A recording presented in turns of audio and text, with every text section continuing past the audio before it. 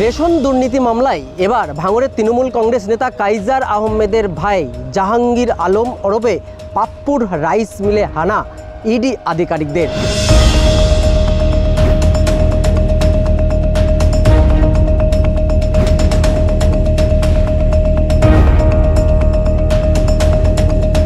যদিও পাপ্পু ওরফে এই জাহাঙ্গীর দাবি করছেন যে রাইস মিলের সঙ্গে বর্তমানে তার কোনো সম্পর্ক নেই। 2016 থেকে 21 এই সালে রাইস মিলের সঙ্গে একটা শতাংশের অর্থাৎ শরিকি আনায় সে এই রাইস মিলের সঙ্গে যুক্ত ছিল, কিন্তু বর্তমানে এই রাইস মিলের সঙ্গে তার সম্পর্ক নেই।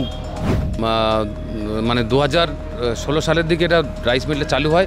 সেই সময় আমার একটা নমিনাল ছোট পার্সেন্টেজ ছিল 10% মতো, কিন্তু পরে গিয়ে 2021 সালে আমরা এটা ট্রান্সফার করে দিই। আমাদের তিনজনের নামে ছিল, আমরা পুরোপুরি ট্রান্সফার করে দিই।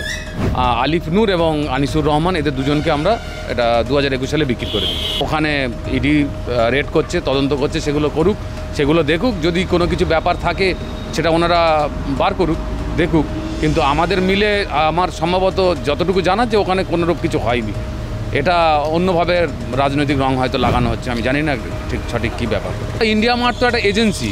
ওরা যখন প্রথম 2016 সালের দিকে হয় তখন ওরা যোগাযোগ করে, ওরা যেহেতু ইনকোয়ারিগুলো আসলে তখন ইন্ডিয়া মার্টের থ্রু দিয়ে আসে, তখন ওরা নামটা আপডেট করেছিল। তারপরে নতুন করে আর আমাদের ওই নামটা রেকটিফাই করা হয়নি। দেখি এবার করে নেবো ওটা রেকটিফাই। আমাদের কাছে পেপার ডকুমেন্টস আছে যেগুলো 2021 আমরা ট্রান্সফার করে দিয়েছি ওদেরকে।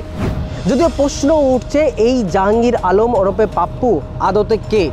তার যা পরিচয় এলাকা সূত্রে জানা যাচ্ছে যে এই এলাকার একসময়ের সিপিএম নেতা কবির খানের ছেলে ছিলেন জাহাঙ্গীর।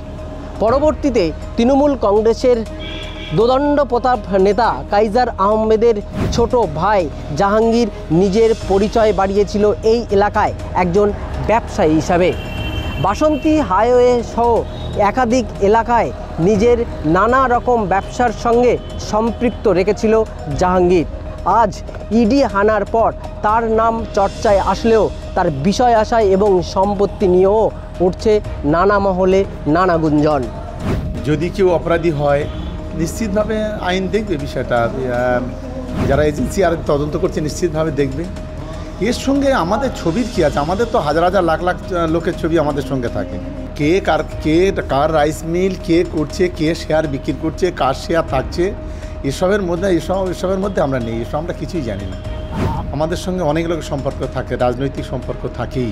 প্রধানমন্ত্রীর পাশে বড় বড় রাহুল চোকসি থেকে শুরু করে যারা কোটি কোটি টাকা এখান থেকে নিয়ে চলে গেছে তাদের ছবি আছে। তাহলে তাদেরও জিজ্ঞেস করা উচিত যে তোমার পাশে এই ছবিটা কেন? শাইনুরের সঙ্গে সত্যজিৎ, TV9 বাংলা, ভাঙড়।